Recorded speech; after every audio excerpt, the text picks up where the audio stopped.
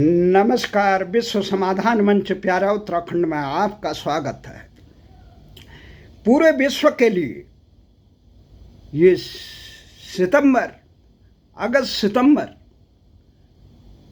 और बहुत ही क्रांतिकारी, बहुत गौरवशाली और भारत के लिए गौरवशाली भी है, शर्मनाक भी साबित होने जा रहा है। आज मुख्य खबर ये है कि भारत ने चंद्रमा पे अपना चंद्रयान-3 भेजने में सफलता प्राप्त करने के बाद आज श्रीहरिकोटा प्रक्षेपात वहाँ से अपना आदित्य सूर्य के लिए 15 करोड़ किलोमीटर दूर पृथ्वी से जो सूर्य है वहाँ उसके अनुसंधान के लिए सूरज के रहस्यमय सूरज की अनुसंधान करने के लिए अपना सूर्ययान अभी से कुछ देर पहले वहाँ भेज दिया है। आदित्य सूर्ययान जो भेजा है वहाँ, तो ये बहुत एक ऐतिहासिक सफलता है भारत के लिए, मानवता के लिए। चंद्रयान जो दक्षिण ध्रुव की तरफ चंद्रमा पे उतरा और वहाँ सफल अपना अभियान चला रहा है, उससे मानवता कितना लाभान्वित होती है ये आने वाला समय बताएगा। परंतु एक बहुत बड़ी खबर है, दूसरी एक पूरे विश्व को बहुत डरावने वाली खबर ये है कि रूस और यूक्रेन का जो युद्ध चल रहा है, एक तरफ रूस अपने देश की अखंडता बचाने के लिए नाटो और अमेरिका के सह पर जो एक चक्रव्यूह में फंसे हुए उसके प्यादे जेलेंस्की, यूक्रेन के जो प्यादे, अमेरिका का प्यादा बना हुआ है यूक्रेन, जो विश्व शांति के लिए खतरा बना हुआ है, वो निरंतर रूस पे ड्रोन हमले कर रहा है और जिसकी हथियारों की सप्लाई अमेरिका से लेकर नाटो देश कर रहे हैं।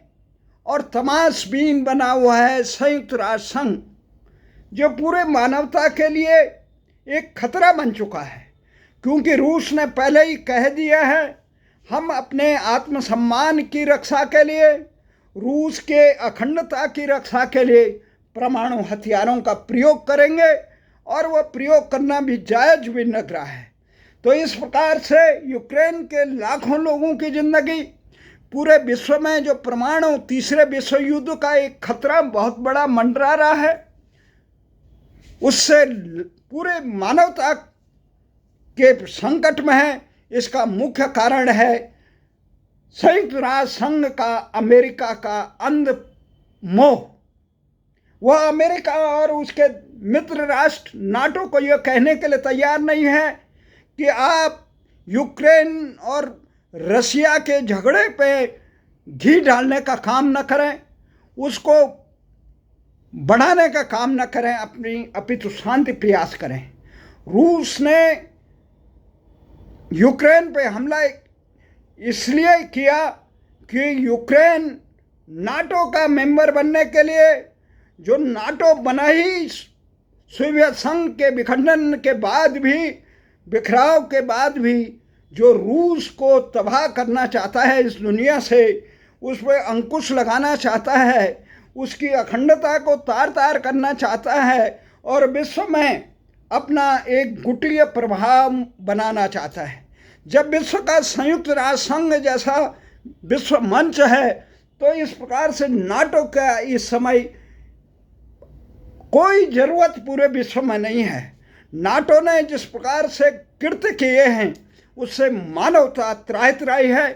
चाहे इस्लामिक आतंक का खाड़ी देशों से लेकर ऊपर पाकिस्तान, अफगानिस्तान हो, सीरिया हो, लीबिया हो, मिस्र हो, ये तमाम देश जो इस्लामिक आतंक से जूझ रहे हैं, उसका मुख्य कारण अमेरिका रहा है, जो अपने प्रसार के लिए कभी धर्म के नाम पे, कभी क्षेत्र के नाम पे, कभी अपने वर्चस्व के नाम पे इस प्रकार का अत्याचार कर रहा है। रूस ने केवल यही कहा था, आप सदस्य मत बनिए, आपकी सुरक्षा हमारे साथ, क्योंकि आप हमारे सोवियत परिवार के सदस्य रहे। तो उसके सदस्य रहने के बावजूद वो उनके रूस के विरोधियों के घर में को अपने घर में बुलाए, ये कोई स्वाभिमानी देश स्वीकार नहीं कर सकता है। तो ये विश्व पे एक खतरा जो मंडरा रहा है, कभी भी परमाणु युद्ध हो सकता है, उससे बेगुनाह लाखों लोगों की मौत हो सकती है। तो यूक्रेन के लोगों को चाहिए कि वो जेलेंस्की को अपदस्थ करे, संयुक्त राष्ट्र को चाहिए वो नाटो और अमेरिका को इस प्रकार से एक रास्ता दिखाए कि आप इसमें युद्ध में आग में घी डालने का काम न करें, इस प्रकार के विनाशकारी हथियारों को सप्लाई न करें, आप युद्ध बंद करें। वो सारे पक्षों से अपील कर सकते हैं। तो ये चीज़ है। दूसरी तरफ ये क्या हो रहा है कि भारत में 8-9 तारीख ये सितंबर के महीने इसी पक्ष में G20 के नाम पर जो एक विकसित देशों का, ये विकासोन्मुख देशों का काफ़ी एक बड़ा गुट है, उसका शिखर सम्मेलन हो रहा है। ये भारत के लिए बड़े गौरव की बात है। भारत इस समय अध्यक्षता भी कर रहा है और मोदी के नेतृत्व में भारत के परचम पूरे विश्व में लहरा रहा है। तो विश्व के शासनाध्यक्ष आएंगे, अमेरिका हो, फ्रांस हो, जर्मन हो, ये तमाम देश हो, सऊदी अरब हो और तुर्की हो, ये फ्रांस हो, ये सारे देश आएंगे। परंतु जिस प्रकार से रशिया इस समय यूक्रेन लड़ाई में फंसा हुआ है, वो इस प्रकार इस सम्मेलन में नहीं आ पाएगा। वहीं चीन जो हमेशा भारत के खिलाफ काम कर रहा है, जिसकी मानसिकता कलुषित है, जब वो वसुधैव कुटुंबकम, विश्व एक परिवार है, इस शब्द पे जो आदमी इतराज करता है, जो भारत की सीमाओं को अरुणाचल से लेकर अन्य देश की भारत के क्षेत्र को अपना नक्शे में दिखा रहा है, उसकी मंशा जो भारत पे वैश्विक आतंकियों को संरक्षण दे रहा है। इसलिए भारत सरकार को चाहिए था, भारत अब पाकिस्तान और चीन को जो आतंकवादियों के समर्थक हैं उनको अलग थलग करने का काम। परंतु बड़ा दुर्भाग्य है, भारत सरकार इस प्रकार सीधे नहीं कह पा रही है।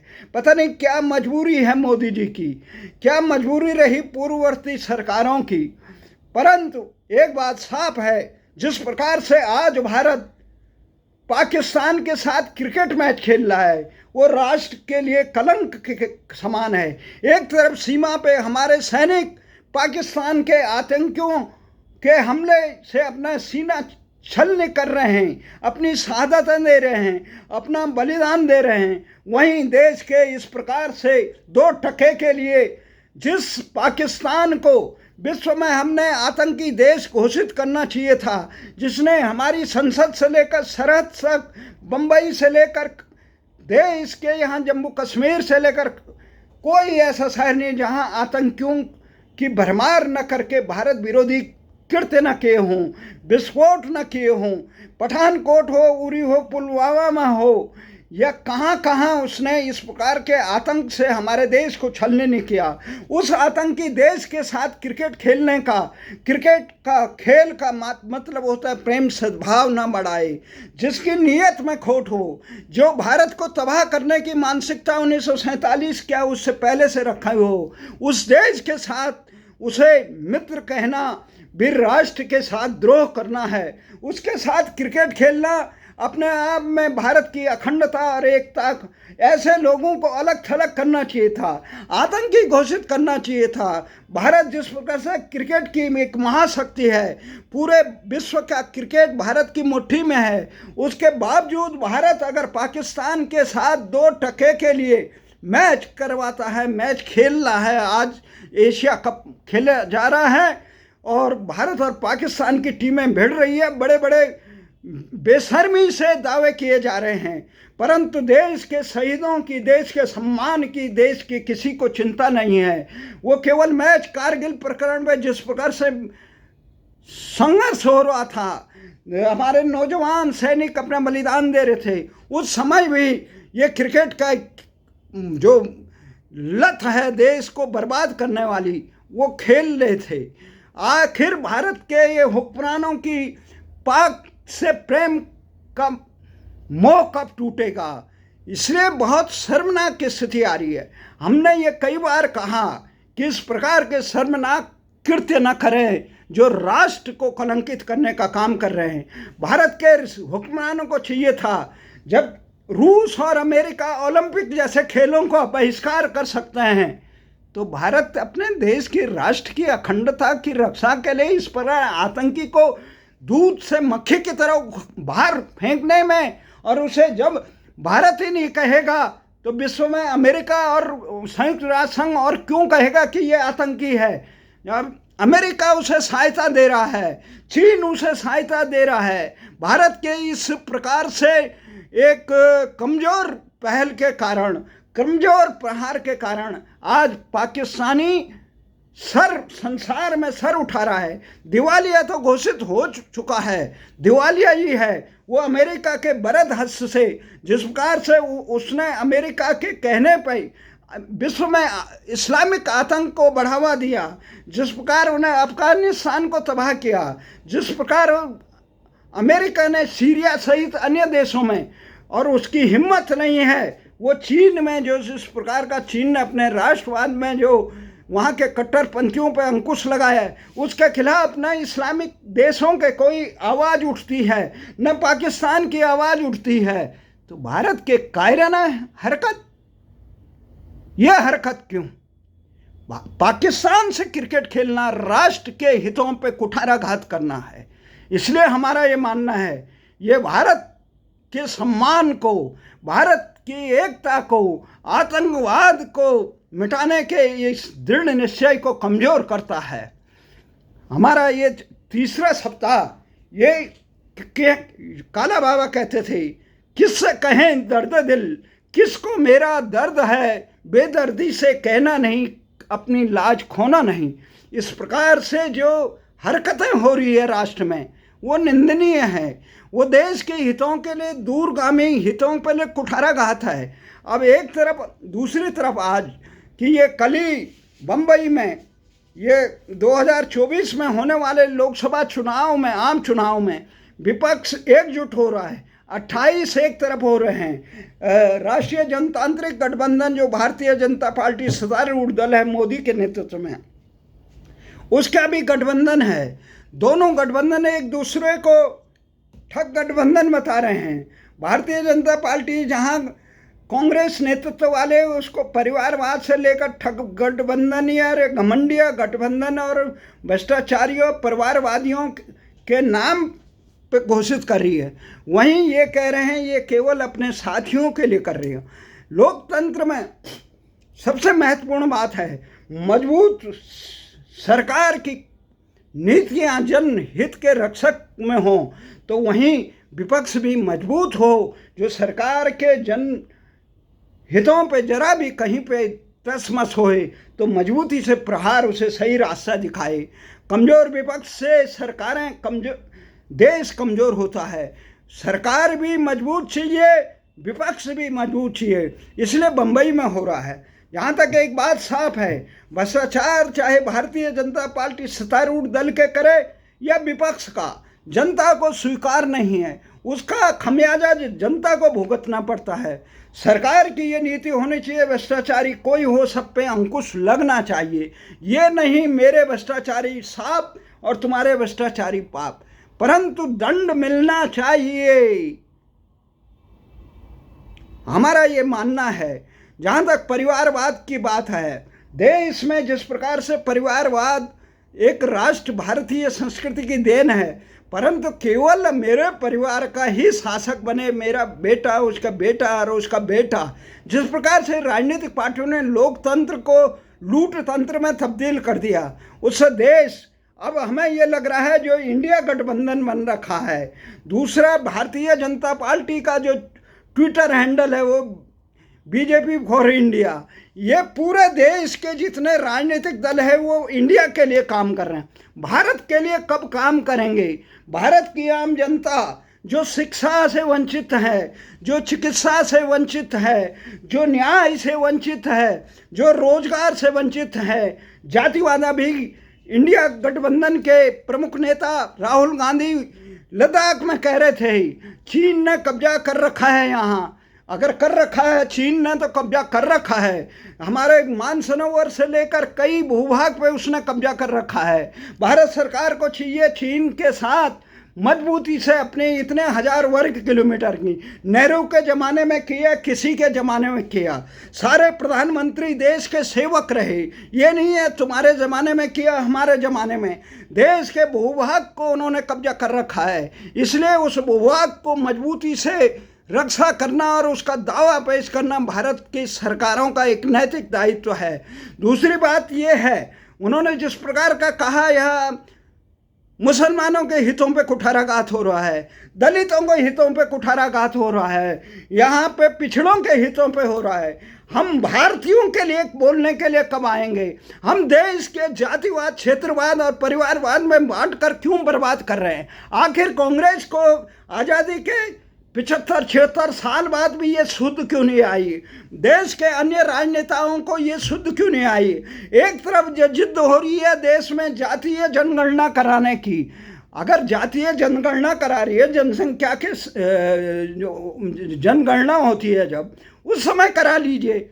अगर तुम्हें जातीय जनगणना, कोई आदमी जाति के आधार पे अमीर गरीब नहीं है, हाँ जिनके पास संपत्ति हैं वो चंद परिवार हैं, कोई ऐसा नहीं, परंतु अधिकांश लोगों को रोजगार आपने बंद कर दिए हैं, लाखों पद खाली पड़े हुए हैं, उन पदों को भर नहीं रहे हैं, नियुक्तियां दे नहीं रहे हैं, निजी क्षेत्र में न्यूनतम वेतन मिल नहीं रहा है, कागजों की पूर्ति हो रही है, उसको कौन देखेगा? आम आदमी को शिक्षा, चिकित्सा, रोजगार, न्याय ये आम आदमी से दूर हो गए हैं। इसकी चिंता किसी को नहीं है क्योंकि सब इंडिया के लिए कर रहे हैं। भारत के आम आदमी ग्रामीण क्षेत्रों में दूर वो अभावों में पल रहे हैं, वो भारतीय संस्कृति से कर रहे हैं। ये जातिवाद की बात करना, ये धर्म और संप्रदाय के आधार पर देश को बांटना, आप लोगों ने 1947 में देश के विभाजन के लिए दोषी जो लोग थे उस मानसिकता को कुचलने के लिए अभी तक भी कार्य नहीं किया। वो मानसिकता जो भारत के खिलाफ सर उठा रही है, जो कह रही है वंदे मातरम कहना हमारे खिलाफ है, जो कह रहा है भारत माता कहना हमारे शान के खिलाफ है, वो इस देश के हितों में काम करेंगे? उन्होंने जो दाऊद के साथ खड़े हो सकते हैं, जो पाकिस्तान के साथ नारेबाजी कर सकते हैं, जो पाकिस्तान के हित में नारेबाजी कर सकते हैं, जो देश को दंगा कराते हैं, जो दूसरे समाज के शांतिपूर्ण जलसों पर पथराव करते हैं, आखिर वो कौन लोग हैं? उन पर अंकुश क्यों नहीं लगाया जा रहा है? जो जिस प्रकार के शांति भंग करते हैं उनको मृत्युदंड का वो दिया जाए, उनके मताधिकार को निरस्त किया जाए, उनके सरकार से मिलने वाली सारी सुविधाएं बंद की जाए। जब तक कड़े दंड नहीं होंगे, जो राष्ट्र विरोधी तत्वों को सर उठाने का इजाज़त देगा, किसी से पक्षपात नहीं होना चाहिए जाति और धर्म के आधार पे, लेकिन भारत के खिलाफ आवाज़ उठाने वालों को भारत में एक पल भी इजाज़त नहीं देनी चाहिए। हमारा ये है, तीसरे सप्ताह में देश में एक कानून बन रहा है कि एक सप्ताह अभी बहुत उसमें ये हो रहा है, एक देश एक चुनाव, बार बार चुनाव पे चुनाव, उसका समाज में बड़ा असर पड़ता है, विकास में वो होता है। इसलिए चुनाव एक बार हो जाए, विधानसभा और राज्यसभाओं को, ये जनादेश का हरण नहीं होना चाहिए और उनको सबसे बड़ा एक अंकुश ये लगाना चाहिए, घोषणा पत्र में जो वादे किए हैं उसको पूरा करने का काम करें। जितने प्रतिशत नहीं करते हैं उनको चुनाव में रोकने का काम करें। ये चीज़ें हैं। हमारा ये मानना है कि ये जो सप्ताह है विश्व के लिए बहुत गंभीर, विश्व सुरक्षा के लिए गंभीर भी है, भारत के सम्मान को बढ़ाने वाला भी है, कलंक लगाने वाला भी है। जो मानसिकता है देश के हुक्मरानों की दुश्मनों को के साथ खेलने की, वो राष्ट्र के हित में कहीं नहीं है। जय हिंद, जय भारत।